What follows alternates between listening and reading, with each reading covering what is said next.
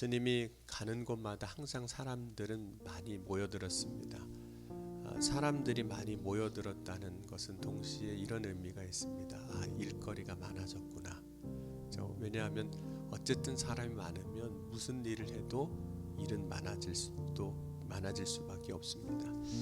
아무리 작은 일이라 할지라도 사람이 많으면 그 일의 양이 많아지고 결국에는 제한된 인원 속에서 그 사역을 누군가는 감당하게 될 텐데 그 감당하는 사람은 이제 힘들 수밖에 없는 거죠.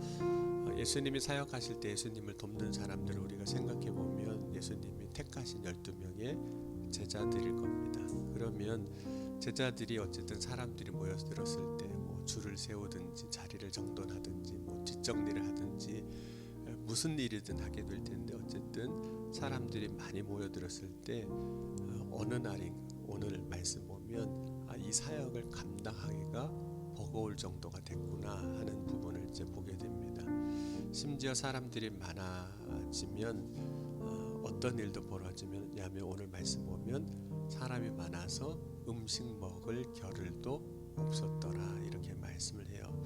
그래서 예수님께서 오늘 30절 말씀 보면 제자들에게 그 바쁜 혹은 이 상황을 보시고 가서 좀 잠깐 쉬어라 이렇게 말씀을 해 주시는 거죠. 그래서 제자들로 하여금 좀 쉴 수 있게 해 주시는 겁니다. 여러분 일이 중요하죠. 내 일도 중요하지만 일을 위해서는 또 쉬는 것도 중요합니다. 그래서 때로는 일하는 것보다 어떤 때는 더 잘 쉬는 게 중요합니다. 왜냐하면 일도 쉼을 통해서 힘을 얻고 다시 할 수 있기 때문에 그렇습니다.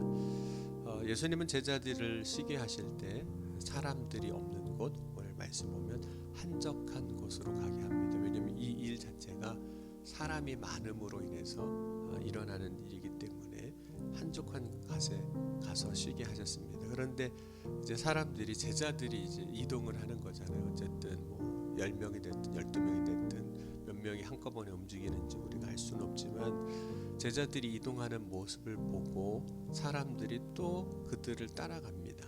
심지어 제자들이 가려고 하는 곳에 먼저 도보로 달려가는 사람들도 있었습니다. 그래서 제자들보다 또 먼저 가서 또 기다리고 있는 거죠. 왜 사람들은 제자들이 이동할 때 그들을 따라갔던 걸까요? 그 이유는 제자들을 좀 괴롭히려고 그랬던 걸까요? 그렇진 않습니다. 제자들이 있는 곳이라면 그곳에는 예수님도 계실 거라고 기대가 되기 때문에 제자들이 가는 곳이면 사람들이 또 쫓아갔던 겁니다. 그렇다면 예수님 앞에 나가서 자신의 문제를 해결받을 수 있고 또 예수님 말씀을 들을 수 있을 거라고 생각하니까 제자들이 움직이면 또 사람들이 그들을 쫓아 움직였던 겁니다. 예수님은 이 제자들의 형편을 보고 살피신 것뿐만 아니라 예수님을 그토록 찾는 사람들을 또 살피시는 거죠. 그래서 제자들 쉬게 하셨지만 그때 이제 또 찾아오는 사람들의 형편을 봤는데 그때 예수님이 그들의 모습을 보실 때 그 쫓아다니는 모습을 이렇게 보신 거잖아요. 그 모습이 마치 오늘 6장 34절 보면 목자 없는 양 같더라 이렇게 말씀합니다. 그럼 목자 없는 양이 어떤 모습일까요?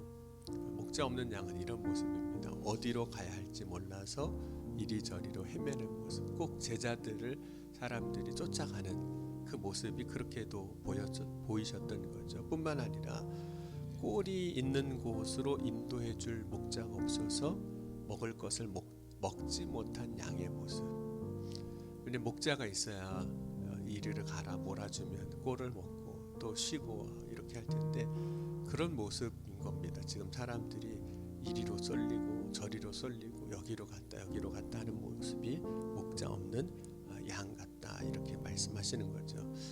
그러니까 예수님께서 예수님을 찾는 자들이 목자 없는 양 같은 것을 보시고 그들을 이제 불쌍히 여기셨습니다. 그래서 그들이 이제 제자들이 가는 곳에 모였을 때 그들에게 가셔서 이제 말씀도 가르쳐 주시는 거죠. 그래서 말씀을 통해서 그들에게는 이제 영적인 꼴을 먹여 주시는 겁니다.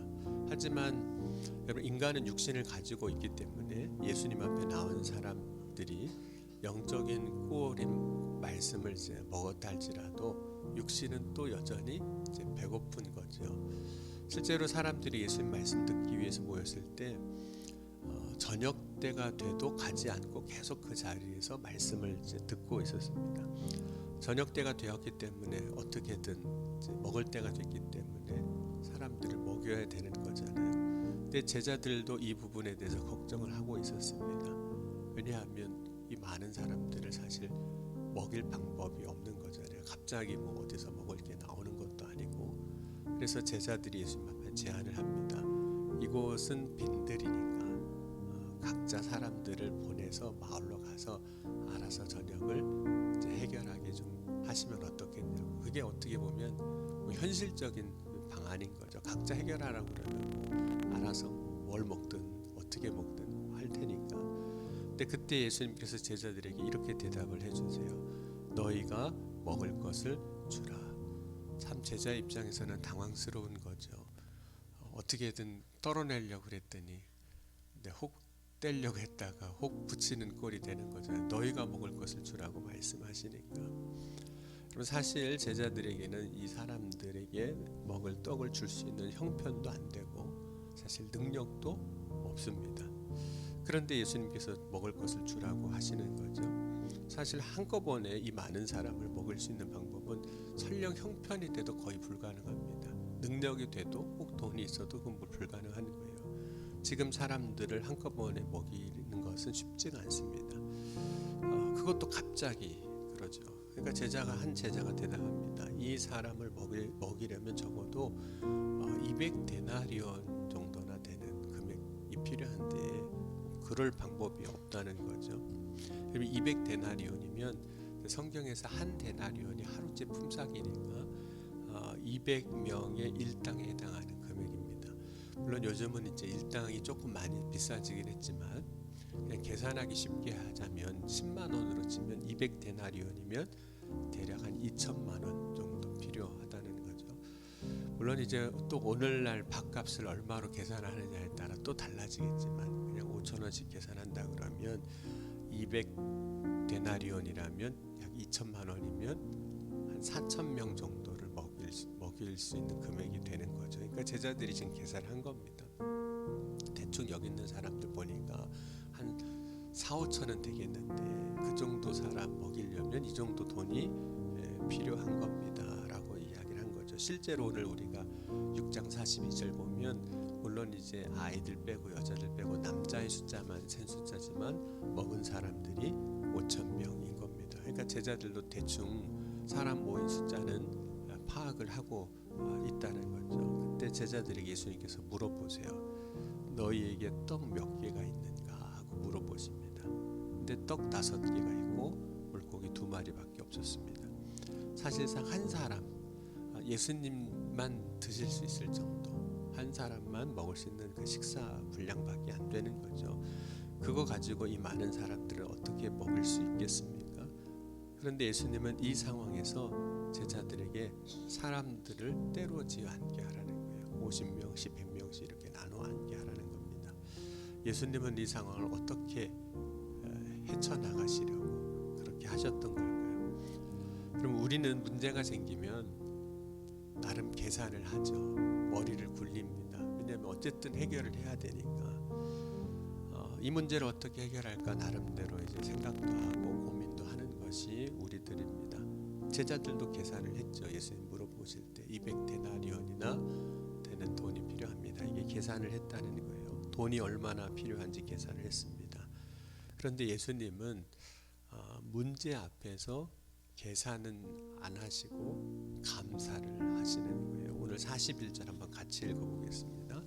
6장 41절입니다. 같이 읽겠습니다. 예수께서 떡 5개와 물고기 2마리를 가지사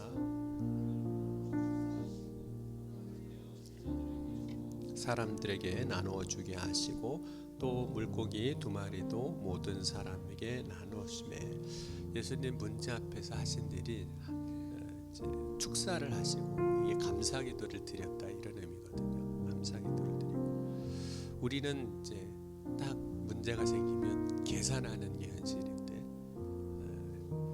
계산을 하면 할 수 없다 나오는 거죠. 답이 나오는 거죠.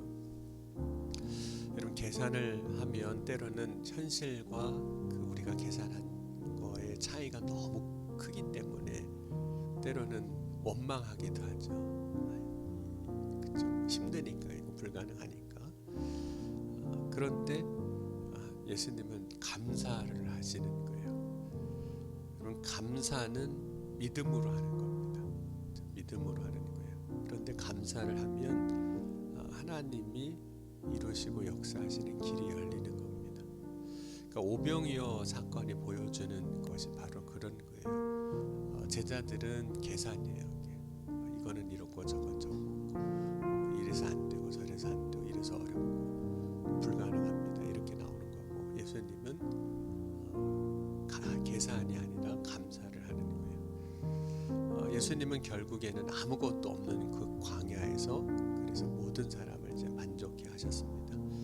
하나님의 역사는 우리의 머리로 계산하는 것이 아니라 감사하는 자리에서 일어나는 겁니다. 계산해봐야 뭐 될 거는 아무것도 없거든요. 그러니까 믿음으로 감사하는 자리, 그러니까 감사한다는 건 믿음이거든요. 그러니까 믿음의 자리에서 역사가 있는 겁니다. 여러분 오늘 우리는 한번 오늘 말씀을 통해서 우리가 어떤 상황이나 문제가 우리 앞에 펼쳐졌을 때, 그래서 우리가 뭔가를 해야 되는 상황에서 계산을 먼저 하는 사람인가 아니면 감사를 하는 사람인가 한번 우리 자신을 돌아봤으면 좋겠습니다. 저도 계산하는 사람이었거든요. 그래서 그런지 머리가 많이 빠져졌어요. 어쨌든 계산을 해야 되니까 이 상황에서는 어떻게 해야 되나, 이거는 이렇게 놓고 마치 바둑 돌 놓듯이 여기다 이거 놓고 여기다 이거 놓고 요건 요렇게 맞고 저건 요렇게 맞고 하면 요렇게 하다 보면 되지 않을까. 근데 한두 수는 계산해서 나오는데 그 다음은 아무리 우리의 머리로 생각해보고 머리를 돌려봐도 그 다음은 뭐 계산이 안 되는 거예요. 그러니까 우리의 한계인 거죠. 그러니까 계산은 그 순간에 뭔가는 할 수는 있어요. 그 잠깐은 뭔가는 막을 수도 있고 해결할 수도 있는데 그 다음은 안 되는 게 인간의 역사, 삶입니다. 그러니까 계산하는 게 얼마나 어리석은지, 어떤 땐 그게 똑똑해 보이지만 그게 어리석은 거예요. 근데 감사는 믿음으로 하나님 앞에 나아가는 거거든요. 나의 눈앞에 있는 문제 중에 어떤 것이 생각나는 게 있으세요? 우리의 삶은 항상 문제가 있잖아요. 그것에 대해서 먼저 감사해보는 저와 여러분이 될 수 있기를 주의 이름으로 간절히 축원합니다. 감사는 믿음으로 하는 거거든요. 지금 당장 눈에 오병이어는 현실에 터무니없는 거죠. 이 상황이 많은 사람들 가운데 터무니없는 거죠. 그런데 예수님은 그것을 가지고도 감사를 먼저 하시는 거예요. 그때 이제 하나님이 역사하시는 거예요. 왜냐하면 믿음에 하나님은 일하시기 때문에, 믿음 위에 하나님은 역사하시는 하나님이시거든요. 그래서 정말 우리가 하나님의 역사를 기대한다면 계산하는 건 조금 이제는 내려놓고 하나님 그래도 감사합니다. 오병이어라도 있는 게 어디예요? 우리의 삶의 현실 앞에 이거 있는 것도 감사합니다. 믿음으로 감사할 때 하나님께서 그 다음의 문제는 또 그 다음에 해결하게 하시고 그 다음의 상황은 또 그 다음에 풀어가게 하셔서 결국에는 처음에는 계산할 때는 안 될 것 같은 것들이 하나씩 되어져 가고 풀어져 가고 이루어져 가는 하나님의 역사를 보게 됩니다. 그래서 오병이어에 보면 이 많은 사람들이 다 배불렀다 그랬잖아요. 그래서 믿음으로 감사하는 사람이 일할 때 하나님은 모두가 만족하게 하시는 은혜의 역사들을 우리의 삶에 경험하게 하여 주실 줄 믿습니다. 그 은혜를 기대하며 소망하며 오늘도 저와 여러분은 계산하는 사람이 되지 말고 감사하는 자가 되어질 수 있기를 주의 이름으로 간절히 축원합니다. 기도하시겠습니다. 지금도 살아계시고 역사하신 하나님, 오늘 이 아침에 우리의 눈앞에 펼쳐진 상황과 문제 앞에서 계산하는 사람이 되지 아니하게 하시고 주님께서 행하시고 이루실 것을 믿음으로 감사하는 자가 되게 하여 주옵소서. 살아 역사신 하나님의 영광의 자리에 함께 서서 함께 찬송하고 기뻐하며 주님께 영광 돌리는 믿음의 삶으로 나아가게 하여 주옵소서. 오늘도 주님을 바라고 소망합니다. 주여 이 새벽에 부르짖을 때 응답하시고 구할 때 역사하여 주옵소서. 특별히 연약한 것 있다면 주님 이 시간 주님 고쳐주시고 회복하게 하시고 새 힘을 얻게 하여 주옵소서. 우리 인생에 막힌 것이 있다면 주님 이 시간 열어주시고 풀어주셔서 형통케 하여 주옵소서. 그래 우리의 가는 길이 주님과 함께 동행함으로 말미암아 승리하는 이기는 믿음의 삶이 되게 하여 주옵소서. 오늘도 바라고 소망할 때 주의 성령께서 역사해 주시고 하늘 문을 여시고 충만하게 채워 주실 것을 믿사오며 사랑이 많으신 우리 주 예수 그리스도의 이름으로 감사하며 간절히 축복하며 기도하옵나이다. 아멘.